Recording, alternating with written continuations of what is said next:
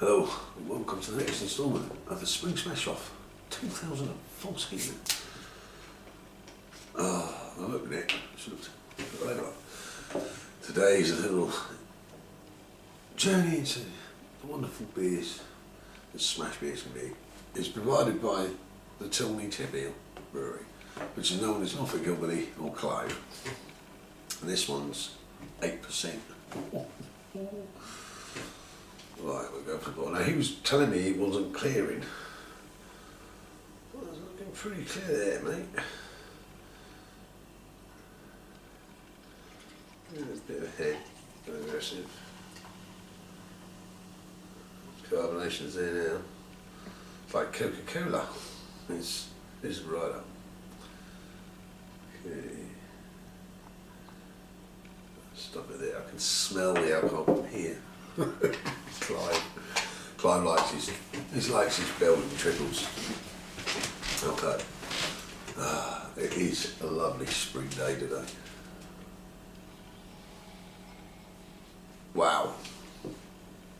That alcohol did fade off a bit. It does smell strong.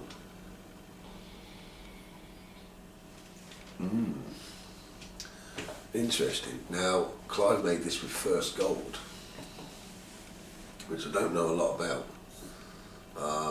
There's no information on the bottle apart from the ABB. This is Munich malt and First Gold, and Clive boiled down his first runnings and he's ended up with 8%. Now when you caramelise your first runnings to bring back your alcohol level and so that your hot additions and everything, you add extra water. I think Clive added the extra water. So I'm laughing, Clive, because you like your strong beers anyhow. Look at that amber. Now, for once I've got some light behind it. I don't know if it's going to pick it up on camera, but that's a copper. That is a proper copper. A real bright copper. Very clear, Clive. I know he was worried about it not clearing, but to me that's very clear. I mean, the camera picked that up. But that is very clear. The glass, carbonation sticking up. Head's dissipated, but I think it's probably going to a little bit with an 8% beer. Oh man. Right, the aroma. It's got a fruitiness to it. And towards the end of the intake you get the alcohol.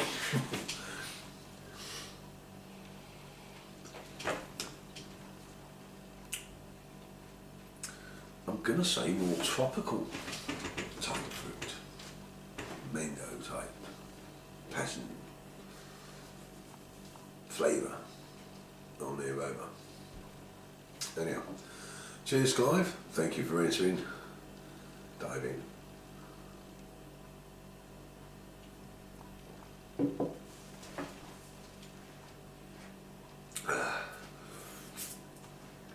Wow.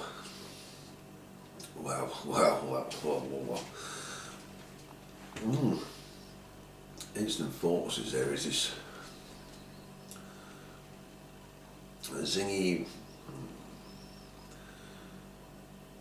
zinginess to it, this zingy sharpness to it. But it's not like Cascade, it's not like grapefruit, it's not even lemon. There is this to it. And then there's this fruitiness to it. But then you get the strength of the malt, well, the malt flavour, the Munich, and how you can taste the Munich malt, is how you've concentrated that. And then you get the alcohol. Oh, I can feel that instantly. This is going to be a long review because I will be sipping slowly.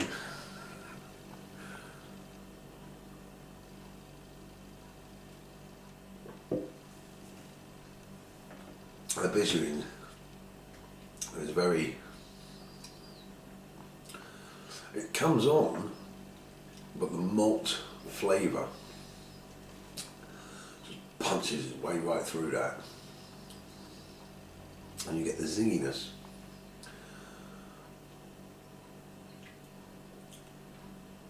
And you're left with a very dark caramel. Same as Scoosie's Munich. Munich has that dark toffee caramel flavour. I wouldn't say toffee, I would say, you know, the caramel. It's a dark caramel. With a slight bit of nuttiness as well, which I don't think I mentioned in Scoosie's. It's more pronounced than this, so if you ball his first winnings. Oh, carbonation. Carbonation and strong alcohol goes to your head quick.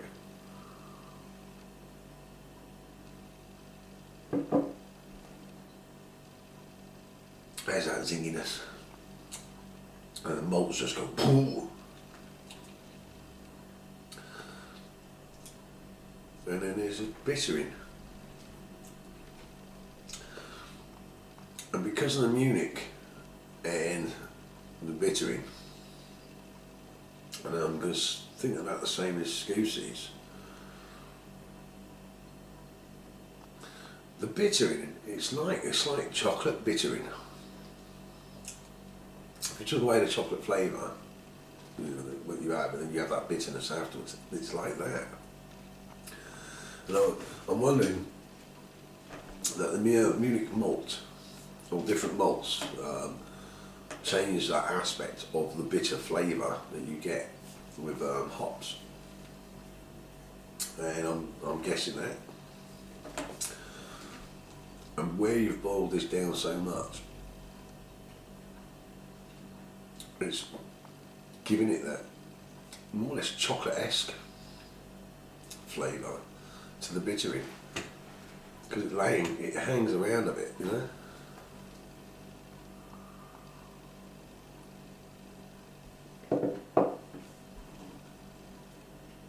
But straight away, when you take a mouthful and it's carbonation, it fizzes up in the mouth, you get this really nice zingy. I was going to say lemon, but it's not lemon. You get that citrus zing. Lychees, passion fruit, could be something like that.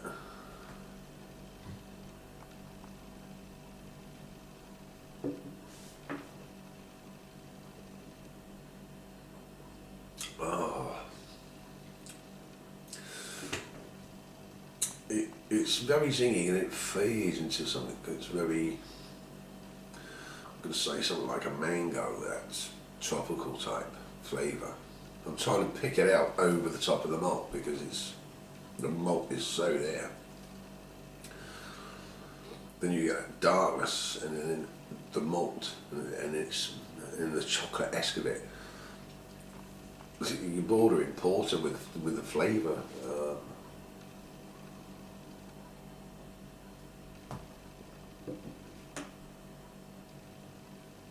But you've got that zinginess. Now I'm getting more of the greenness of the hop. I think that's one of the things when you drink. Oops. I'm going to try and swirl this a little bit just to give it a little degassing because it's quite carbonated. But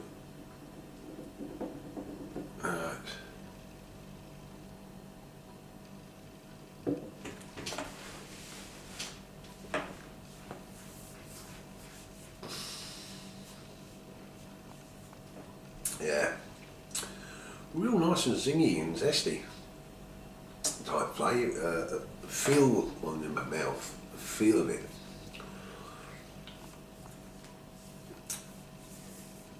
Yeah, I'm going to say something like, it's not lemon. I remember with lychees, it's got that extra, the bittering comes in, there's a little bit of like woody, greeny flavour, and then you get the bittering, and that last, and it's chocolate-esque. It's like if I'd had some dark chocolate, proper dark chocolate. Yeah.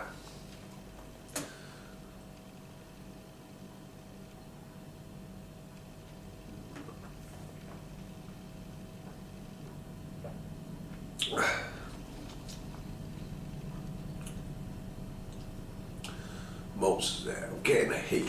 Whoa. Get the heat down here. It's a gradual build up as well. It's not woof, it's there. Starting to feel the heat down the middle of the chest there, mate.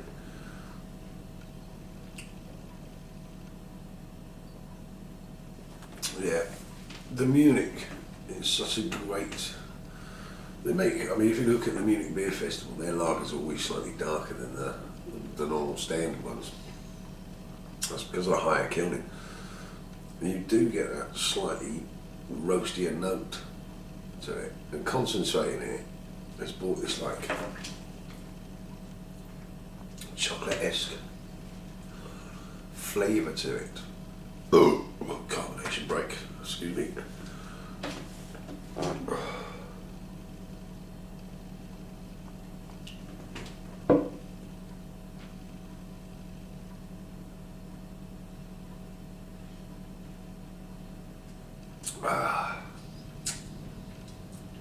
It's very refreshing up front.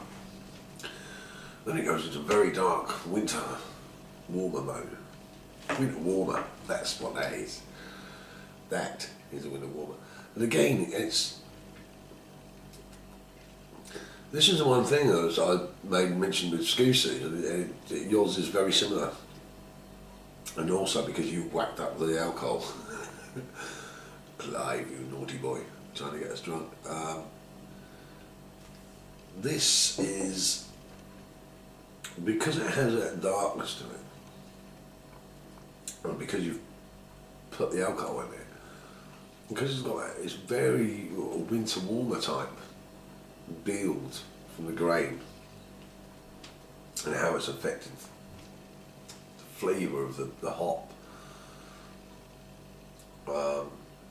The combination of the bitter and the good roastiness of the grain gives you that chocolate-esque flavour. It's a marriage of the two, which is quite a hard thing to do, I guess. But yes, that's, and yeah, it's got that winter feel to it. If I was sat here in November and I was drinking that, I wouldn't say it was some smash beer. You know, you would not guess that was a smash beer. The nice thing is you've got that zestiness to it, which brings it a unique quality. I've had to move location. Get back to this.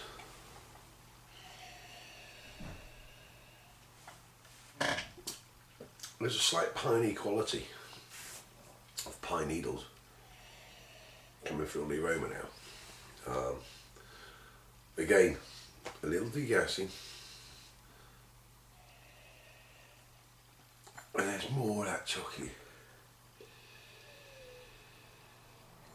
deep caramel, deep dark, slightly burnt caramel flavour coming through now. But with it, there is more of the tropical fruitiness. So yeah, by holding it, obviously my hand is at 36 odd degrees. The beer is warming up. This is definitely a winter warmer, but it's a smash.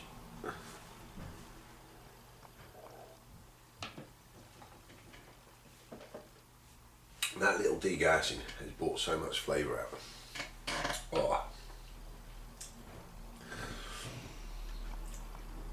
There's more greenness to this hop flavour now. It's quite hoppy.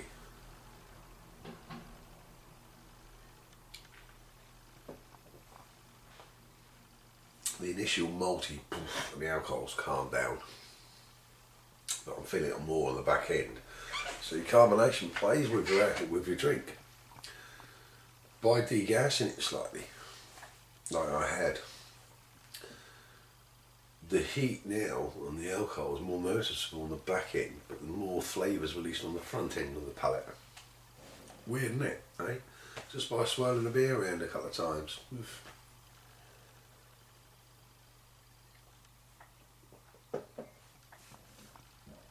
Yeah, there's this, that zinginess, that zestiness. It's definitely something like lychee, and you get a little bit of like, I wouldn't say mango, but tropical fruitiness as well with it. And then the malt hits that dark. It's not. I don't know if it's the malts. The balance is slightly off because the malts fix the flavour of the bittering. The flavour of the bittering, not the actual bitterness itself, but the flavour of the bitterness with the malt melds together and becomes this dark chocolatey type lingering flavour.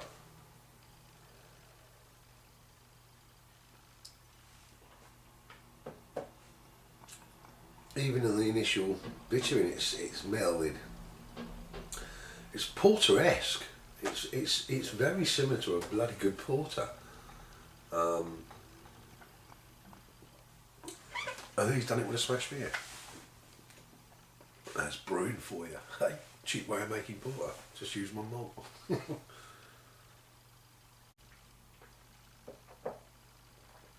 And you've done well to get an 8% beer to age that well.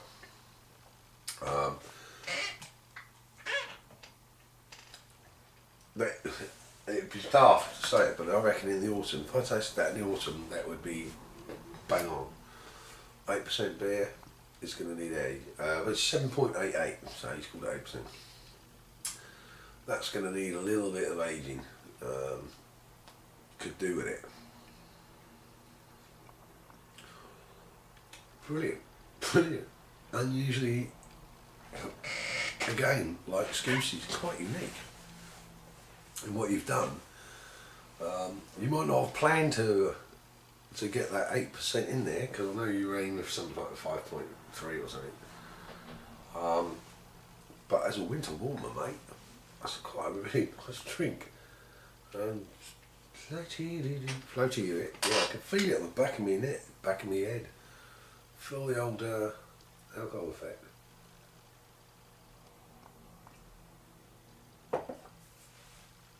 Oh, not bad for 10:30 in the morning, is it? Piss head. Clive's there laughing now. Clive's watching this and chuckling away. Well done, Clive. I like it. I do like it. Because it's caught me out a bit, because like I said, you know, spring smash off, spring everyone's going to make reasonably strong beers maybe, and lots of flavour and springiness, and you've pulled off a winter warmer with the smash. Very similar to Scoosey's. That's the Munich malt, so it's got that, because of that extra kiln in it has, and it's great. So I added some Munich to my bootneck, my old stock ale. Watch my videos, because it adds that body and that depth to it, and also the red hue comes from Munich. And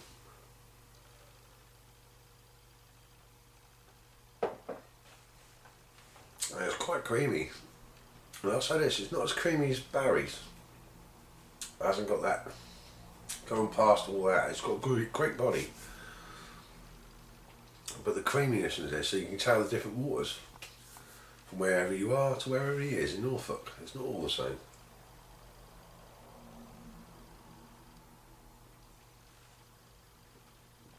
But I do like that zinginess, that initial burst, which must be from the hop, of that lychee type flavour. Yeah, I do like that. Good one, Clive. Cheers. I'm going to regret doing this that early in the morning, but hey. You're a little sod, you.